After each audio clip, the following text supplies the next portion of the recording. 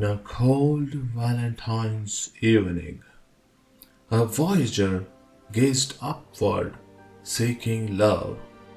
Up there, he found home. This is the image of Earth, a pale blue dot, captured by Voyager 1 on February 14th, 1990. It was a source of inspiration and a humbling reminder of humanity's place in the cosmos. From this distant vantage point, the Earth might not seem of any particular interest. But for us, it's different. Consider again that dot. That's here. That's home. That's us. On it, everyone you love, everyone you know, everyone you ever heard of, every human being who ever was, lived out their lives. This is Earth, but this is Earth too.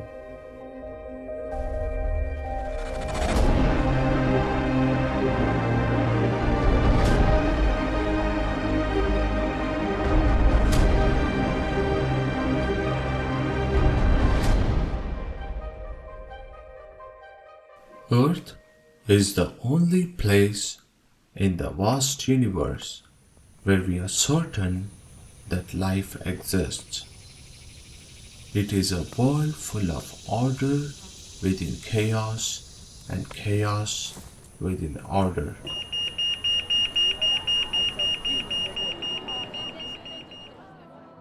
Is life rare? It is estimated that our galaxy alone contains over 100 billion stars, each with one or more planets. Among these, some, if not many, could possess Earth-like conditions and potentially harbor life.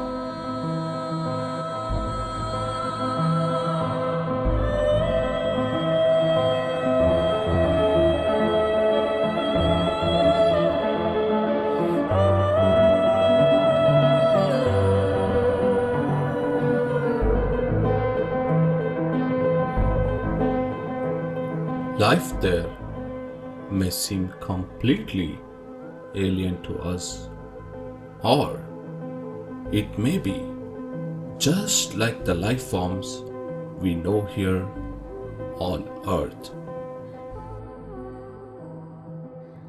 Does this possibility of having life everywhere in the universe render us insignificant? This profound question has captivated the minds of physicists and philosophers.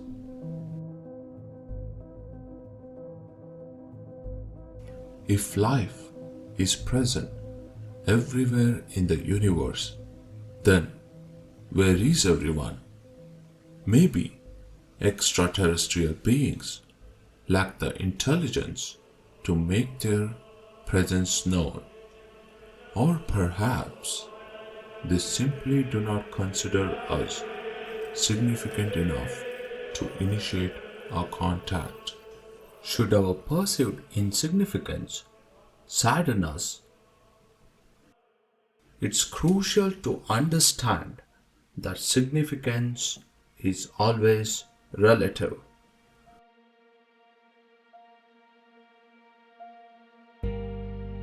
The Hubble telescope once captured a high-definition image of a tiny patch of the night sky, a small dot revealing hundreds of thousands of distant galaxies within that single dot.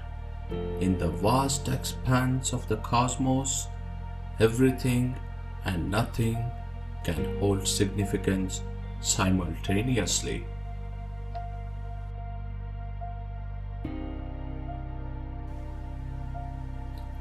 Our Earth, though a mere pale blue dot, is also an entire universe unto itself.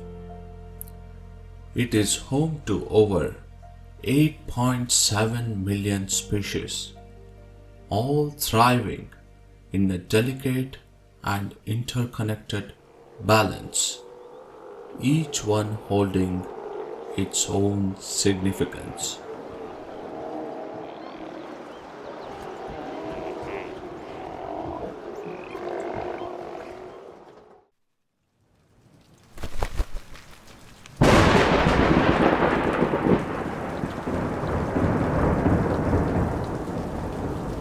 In the grand scheme of things, even single-celled organisms contribute to shaping this planet as we know it.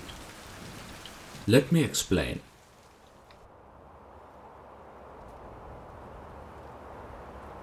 Our scientific estimates suggest that Earth is about 4.5 billion years old.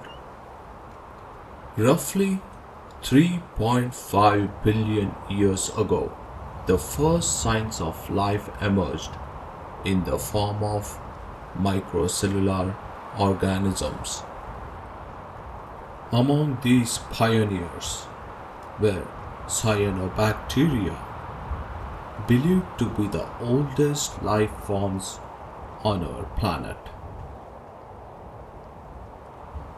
They began colonizing the oceans, thriving in an atmosphere that was 80% nitrogen and 19% carbon dioxide. Oxygen in the atmosphere at the time was less than 0.1%. But this was all about to change.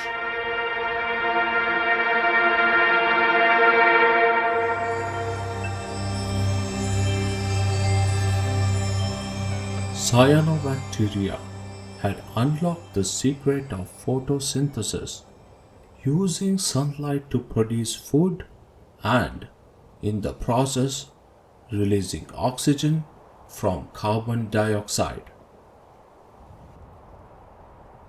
Over the next billion years, these tiny organisms gradually transformed the atmosphere, replacing carbon dioxide with oxygen and paving the way for more complex life forms.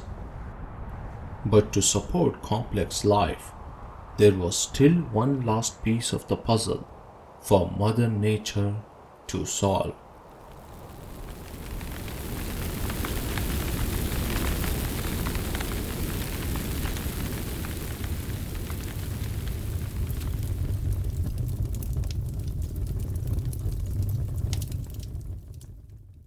No life can endure direct sun exposure.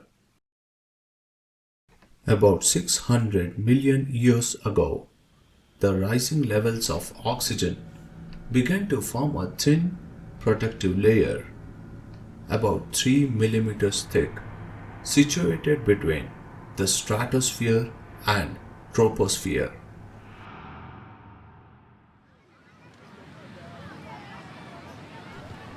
Today we know this vital shield as the ozone layer.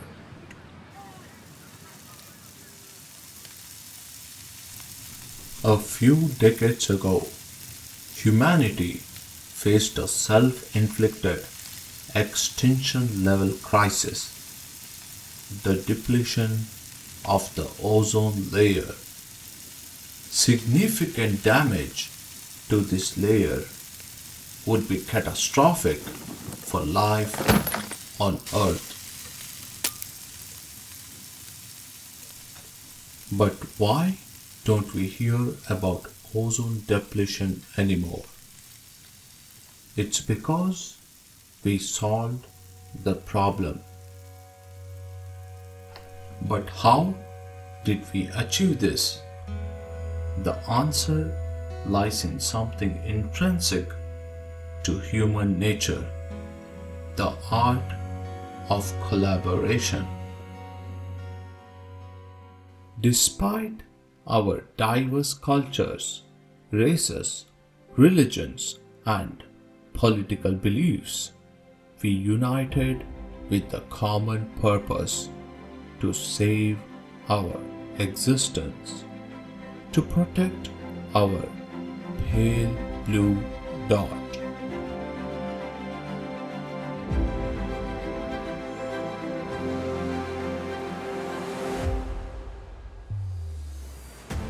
We as a species hold the power to shape the future of our planet. But what about us individuals? Am I significant? Are you significant enough to make an impact on this world? Can one person truly change the world and do a big enough impact?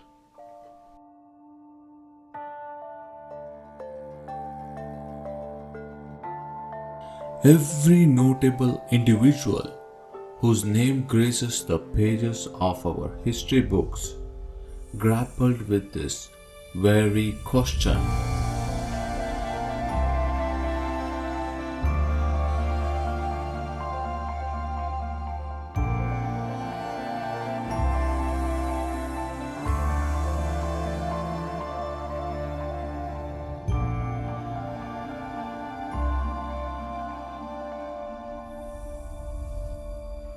They ventured out, tested their belief, and ultimately proved that one person can indeed make a difference. Some believed in their dreams, some in their patience, some in their curiosity, and some in their hatred.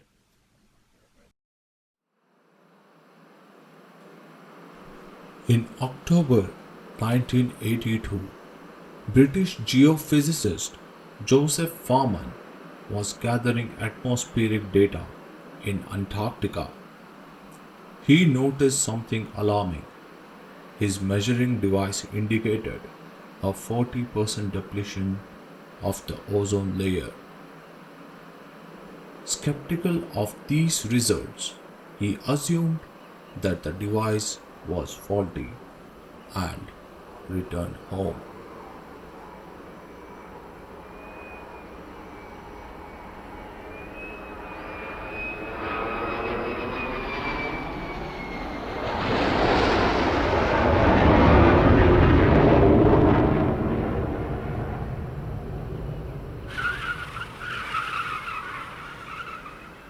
Undeterred, he repeated the experiment the following October and discovered even more depletion.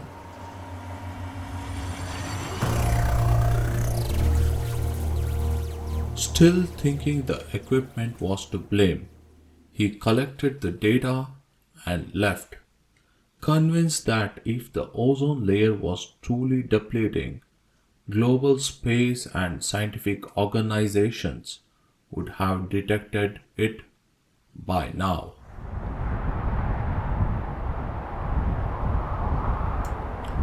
Determined to find the truth, he returned next year and conducted the experiment at a different location, 1,000 miles away. To his astonishment, the data confirmed even further depletion of the ozone layer. He then concluded that it was not the device that was faulty. Maybe it was the ozone layer that was at fault. The ozone hole, and yes, it will continue if we wait long enough for all the chemicals which we put up there to disappear. The trouble is some of those have immensely long timescales. But I like to think that perhaps if the ozone hole, which will almost certainly still be visible long after I'm gone, that it might just remind people that looking after the Earth is a rather difficult and important thing. I believe everyone who is alive today owes their life to Dr. Farman. Not just to him, we owe our lives to every human who existed before us, building and protecting our civilization one day at a time. Be grateful for the life you have, for the roof over your head and the food on your plate. Be kind to yourself and to others, because when we pass on, we live on in the memory of the people we leave behind. We live on with our family in the love we share. We live on with our friends in the joy we bring. We live on with mankind through the work we do. This story brings to mind a recent read about Sir Isaac Newton, who in his later years had become a celebrated figure. When asked about his success, Newton humbly replied, "I do not know what I may appear to the world, but to myself, I seem to have been only like a boy playing on the seashore and diverting myself now and then in finding a smoother pebble or prettier shell than ordinary, while the great ocean of truth lay all undiscovered before me." Perhaps somewhere on that seashore there is a pebble waiting for you to discover it.